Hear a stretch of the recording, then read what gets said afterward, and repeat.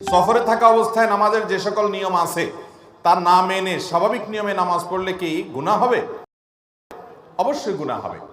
সফরে আমাদেরকে আল্লাহ তাআলা কসরের বিধান দিয়েছেন, আল্লাহ ছাড় দিয়েছেন। আল্লাহ ছাড় আমরা নিতে বাধ্য।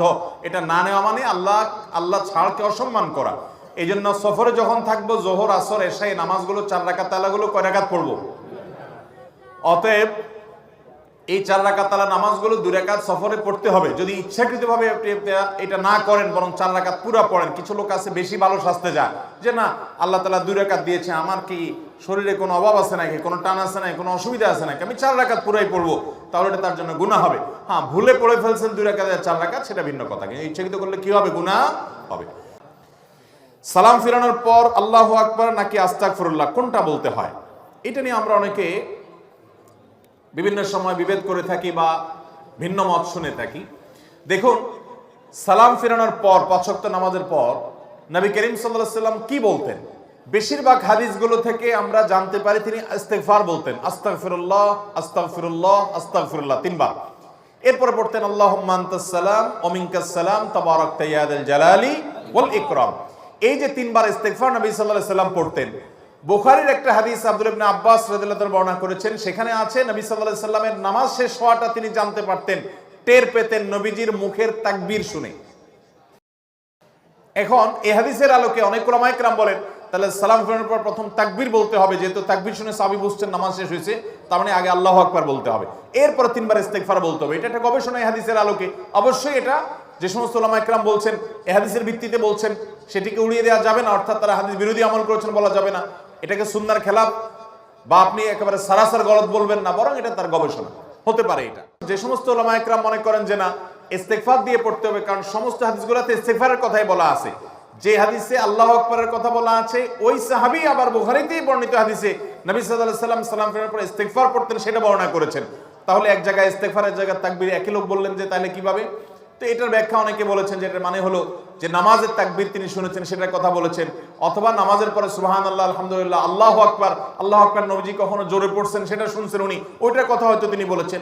এভাবে সমন্বয় অনেক মুহাদ্দিসগণ করে থাকেন। তাহলে বেশিরভাগ হাদিসের দিকে তাকালে আমরা দেখি সালাম ফেরানোর পরে ইস্তিগফার 3 বার এটার কথা বলা হয়েছে। আর এই হাদিস থেকে বোঝা যায় তাকবীরের কথা বলা হয়েছে। কেউ যদি তাকবীর এবং ইস্তিগফার দুইটাই পড়ে ইনশাআল্লাহ বিইذনিল্লাহ তিনিও সওয়াব পাবেন, সুন্নাহর উপরে আমল করেছেন, হাদিসের উপর আমল করেছেন। আল্লাহ তাআলা তৌফিক দান করুন। আমাদের অত্র এলাকায় বিপদ সীমার উপর দিয়ে শিরক বিদআতের প্রচলন চলতেছে। অত্র শিরক ও বিদআত থেকে উত্তরণের উপায় কি?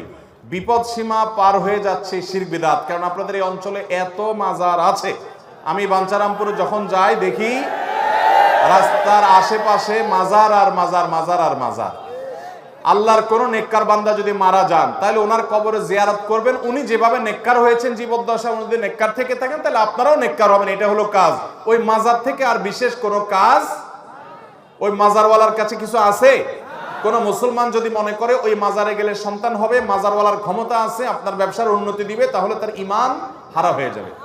কারণ আল্লাহ তাআলা কোরআনে আমাদেরকে শিক্ষা দিয়েছেন, সূরা ফাতিহা আমরা বলি ইয়্যাকা না'বুদু ওয়া ইয়্যাকা, আল্লাহ শুধু তোমারই ইবাদত করি আর তোমার কাছেই।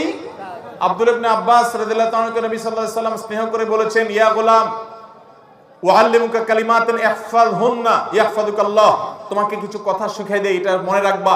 কথাগুলোর ভিতরে একটা কথা ছিল ইজা সাআলতা ফাসআলিল্লাহ ওয়া ইজা ইসতাআনতা ফাসতাঈন বিল্লাহ, আল্লাহর কাছে যখন কিছু চাইবা তো আল্লাহর কাছে চাইবা, যখন সাহায্য চাইবা কার কাছে সাহায্য চাইবা? অতএব কোন মাজারে সাহায্য চাইলে ঈমান থাকবে। আল্লাহ আমাদেরকে শিরক থেকে বেঁচে থাকার তৌফিক দান করুন। যত নেক আমল করেন, আপনি মাজারে গিয়ে সিজদা দিয়েছেন, শিরক করেছেন, কোরআন বলছে লাইন আশরাকতা লা ইয়াহবাতান্না আমালু, সাথে সাথে আপনার সব আমলগুলো বরবাদ হয়ে যাবে। অতএব শিরক থেকে বেঁচে থাকবো তো ইনশাআল্লাহ। আর ইসলামের নামে নকল কাজ করব না। বেদাত হলো ইসলামের নামে নকল কাজ। একজনের হাতে জাল টাকা পাওয়া গেছে, এটা হলো বেদাতের মতো।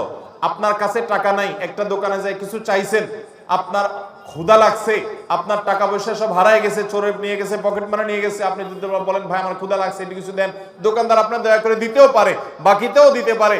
কিন্তু আপনি যদি নকল টাকা দিয়ে কিছু কেনার চেষ্টা করেন, সে যদি ধরা পড়ে তাহলে মায়ের একটাও নিচে।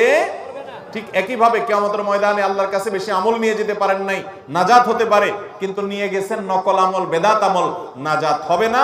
কুল্লু বিদআতিন দালালাহ ওয়া কুল্লু দালালাতিন প্রত্যেক বেদাত এবং এই নকল আমল ইসলামের নামে, যেটা কোরআন হাদিসের নাই, ইসলামের নামে আপনি বানোয়াট বানায় নিছেন বা কারোর বানানোটা করছেন, এটা গোমরাহির ঠিকানা কোথায়?